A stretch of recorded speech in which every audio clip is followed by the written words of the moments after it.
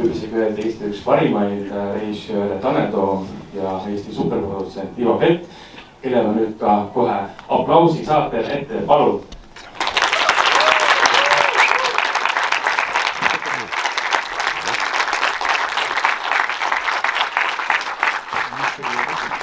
Tere. Ma ei öelnud midagi valesti. Ma ei tea. Oota. Me saame jagada ühte mitte. Tere. Ma ei öelnud midagi valesti, sest see kõik vastab ju tõele. Viimane kord, kui teie tegite koos filmi, oli selleks Tõde ja õigus, mis purustas kõik võimalikud rekordid, kaasa arvatud siin eelarverekordid. Ja nüüd te olete tagasi koos filmiga, mis ei ole sarnaselt Tõe ja õigusele eesti keeles, vaid on hoopis inglise keeles. Siin on hoopis välismaised näitlejad. Alustamegi kohe sellest suurest küsimusest, et kuidas juhtus nii, et teie järgmine ühine film on hoopis inglisekeelne film Viimane vahivost? No ma siis alustan, et selles mõttes ongi, et asi on väga überlihtne, et see projekt sai alguse üldse nagunii juba päris mõnda aega tagasi 2010 aastal Inglismaalt, et algselt oli see puhtalt Briti film pidi sellest tulema. Ma olin sellega seotud ja siis ühel hetkel tundus, et aga võtaks eestlased ka kampa. Ja siis kuskil 2016 vist oligi liitus Ivo sellega 15-16 ja tõi ka kohe sakslased pardale, nii et siis nüüd sellest ongi praegu saanud Eesti, inglise, saksa film, aga kuna see oligi algselt, see on sündinud, alguse saanud inglise filmini, nii et siis on igati loogiline, et see inglise keeles ka oli alguselt ja et rahvusvaheline projekt on see siis algusest peale olnud. Mis sind seal esialgu nagu stsenaariumi juures või köitis ja Ivo Silu sama küsimus, et kui sa stsenaariumit esimest korda lugesite, mis oli see, mis pani teid nagu plahvatama? Ma teen nüüd selle filmi ära. No minul oli see, et see stsenaarium oli väga teistsugust kui see, mis praegu siin ekraanil on. See oli ammu aega tagasi ka, aga mind köitis seal esiteks see setting, et tegevus toimub kusagil keset ookeanit ja seal on ainult 4 tegelast siis. Ehk siis, et see nagu intiimne inimeste lugu versus see eepiline setting, et nagu see nagu juba see visuaalselt nagu on nagu köidab mind või et suures keskkonnas jutustada lugu, aga väga lihtsalt ja läbi mingi väga loetud arvu tegelaste. Et see oli minu jaoks kütkestav. Ja maailm ka, et selline postapokalüptiline maailm, et milles juba oma 10 lühifilmist 2 olen ma teinud nagu sarnases maailmas, nii et ju mul nagu mingid soojad tunded sellise maailmaga ka on. Kuidas erines selle filmi produktsioon teie mõlema jaoks Tõest ja õigusest? Võib öelda, Tõde ja õigus oli kodukootude suurfilm, nüüd on tegemist rahvusvahelise suurfilmiga. Kas oli sootuks erinev kogemus või pigem, et ma olen juba ühe filmi teinud varem, nüüd kulgeb kõik samamoodi? No jaa, produktsioon on siin täiesti totaalselt, kardinaalselt teine, sest et kui iga filmi tegemine algab stsenaariumist ja loost ja tegijatest, aga väga oluline moment filmi tegemises on ka raha.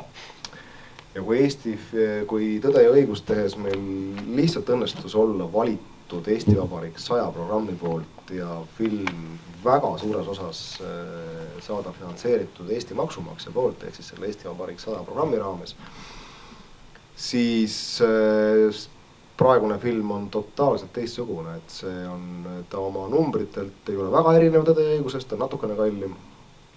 Aga selle filmi finantseerimine on pooles mahus umbes sellisele, siis vastab sellisele traditsioonilisele Euroopa filmi finantseerimisele, kus on filmifondid ja avalik raha ja Arte Televisioon Saksamaalt ja sellised kõik. Lõpuks meie rahakotist ja kõik raha läheb, eks ole.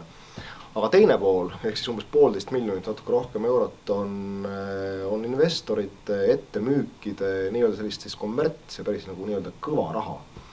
ja selle kahe poole kombineerimine omavahel on, no ütleme, see on paras väljakutse. Selle teise poole ehk siis selle nii-öelda kommertspoole saamine üleüldse, selle kokkupanemine on midagi täiesti erakordset. Minu jaoks mul seda kogemust ka selles mahus puudus enne.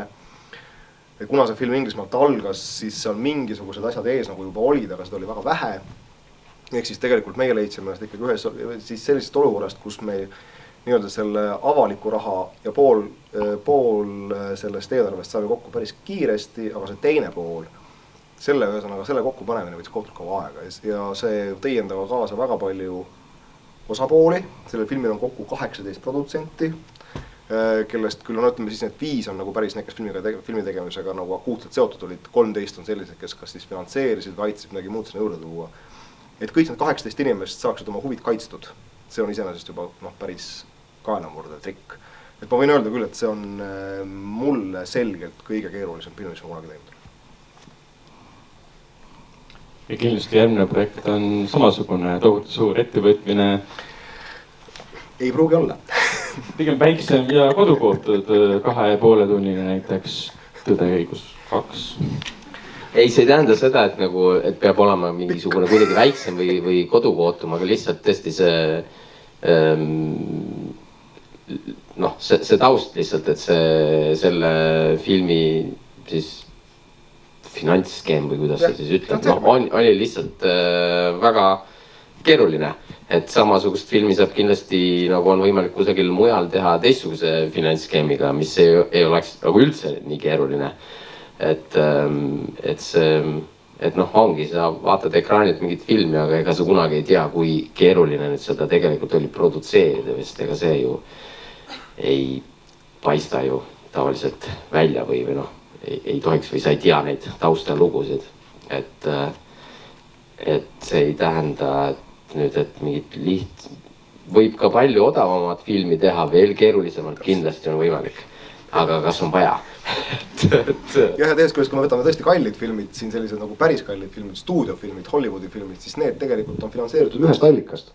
Ma räägin juba, miks see ühesõnaga, kas täpselt sama, Makar all on 2 päev ja toine päev ja tää. Ühesõnaga, ma ei mäleta, mis ma tahtsin öelda seda, et on olemas Hollywoodi filmid, mis tegelikult on finantseeritud kõik ühest allikast. Stuudio tuleb, paneb 200 miljonit sisse, teeb filmi, tahab selle kasumit teenida. See on see, millest meie ei tea rohkem kui ainult nii palju, et seda tehakse. Keeruline on kindlasti ka 2021 ehitada üles linnahalli tohutu stuudio, kus tegelikult, nagu ma aru saanud, suurem osa võtteid toimusid. Mis see tähendab tegelikult linnahalli stuudio üles ehitamine? Mis see tähendab seal filmimine? See tähendab seda... See mikrofon. Ei. Me vahetasime ära. Me vahetasime vahepeal sala ära siin. Räägi sinna korda. Ei, mind on täitsa okei. Siis mina oskan oma mikri kasutada. Oida, see on õigesti. Seda on mees. Et ma ei teagi, kust otsast alustad, et mida see vundamendist, et ehitati kunagi selline maja. Aga jah, niisama ta seal praegu seisab ja ega selles mõttes see tundus, me olime sunnitud lihtsalt kusagile, kuna meil filmistuudiot ei ole siin veel Eestis, siis me olime selged kuhugi ju, me peame selle kraami ehitama.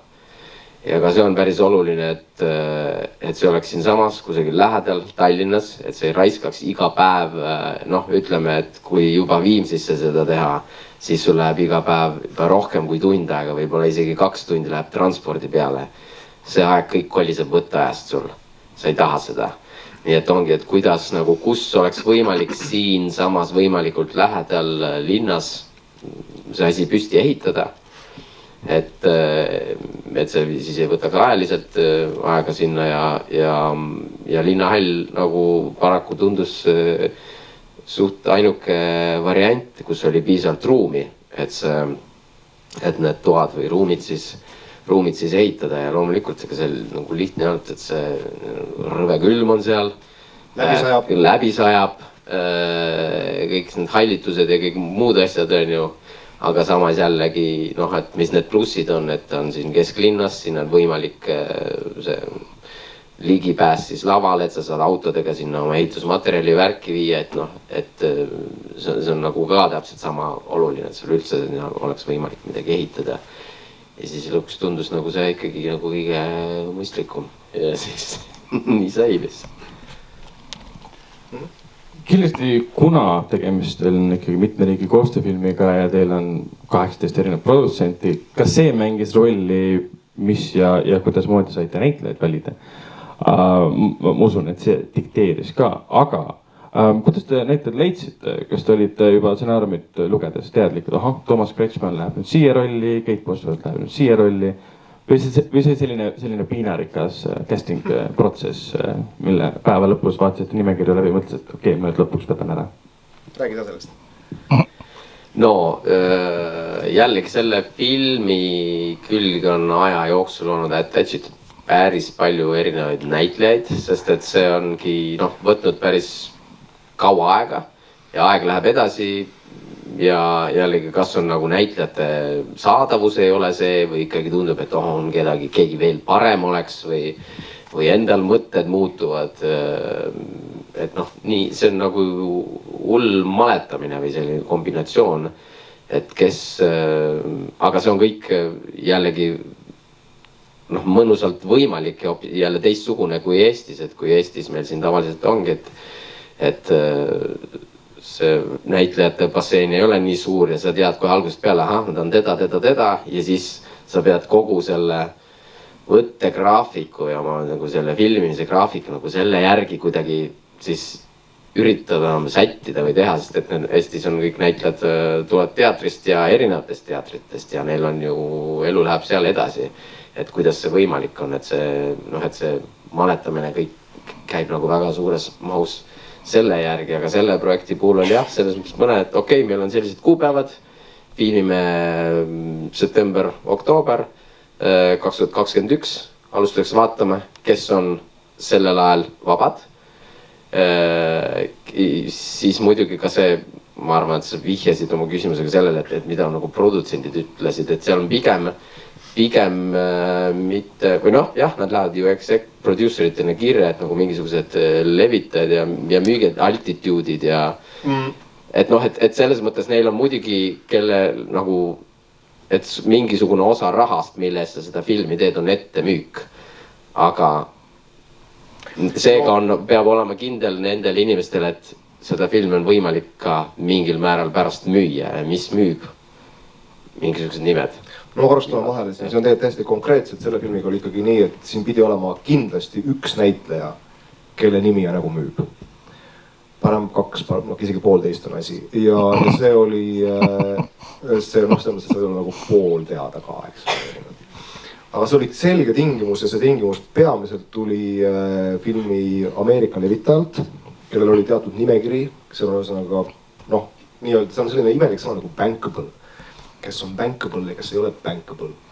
Ja me võiksime, ja mingist piirist panebaks teiselt poolt meile jälle limiidi ette see, et meil pole väga raha. Peame kuhugi see täpselt keskele sihtima, et kus me saame nii-öelda tuntud näitleja, kes ei maksa nagu nii palju või natukene vähem. Siin Taneli osa aitas palju kaasa, sest et Tanel vaatamata sellele, et võib-olla ei ole laias maailmas nii tuntud, oli siiski, tal oli ette väga korralik esimene film, mida siis need näitlejakandidaadid vaatasid, see, et me Keit Bosworthi mängima saime, on iseenesest nagu päris hea saavutus, ma arvan. Aga siin oli ikkagi väga selged nõudmised, ehk siis tundmatute näitlejatega me seda filmi ei oleks teha saanud. Jah, selles mõttes mingid asjad on väga loogilised ja lihtsad seal taga lõpuks. Ja ongi see, et nende tuntud näitlejate puhul, et ongi, et ahah, et kui nagu juhuslikult ongi selline jupika aega vaba, et september-oktoober on tegelikult saaks huvitav koht Eesti, why not, davai, teeme ära. Et mingid palju erinevaid kokkulangevusi. Aga see on väga lõbus, et me saame näitlejaid valida tervest maailmast. Et tõesti, see meie jaoks on kogu aeg see, et millal Mait Malmsten või Priit Vegemast peab mängima tulla.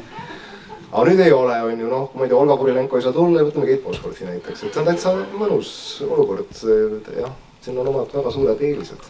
mäletan jah, meedias seda uudist käis läbi ja ma ise olin selle uudist taga kunagi. et Olga Kurilenko oli rolli määratud. ja Olga Kurilenko oli, siis oli Sofia Boutella vahepeal ja Ed Skrein ja Leo Suter ja Rhys Evans ja noh, palju, kuna ongi see projekt on nagu nii kaua olnud siis ootel või et kas nüüd läheb tegemiseks, et jah, seal nende aastate jooksul on päris palju erinevaid huvitavaid nimesid olnud. lõpetuseks küsiks, kas sa tahad öelda midagi filmi kohta ilma ühegi spoilerita, ilma ühegi ette vihjavata teemata? Kas sa tahaksid midagi rahvale öelda filmi kohta, mida nad hakkavad kohe vaatama? Tead, ega mulle meeldib alati öelda see, et nagu tõde selgub ekraanil, et mis ma ikka mölisen siin ette. et nagu tegelikult see film peaks ise rääkima enda eest. Ma loodan. Ja kui ei räägi, siis on siit film jah, täpselt noh,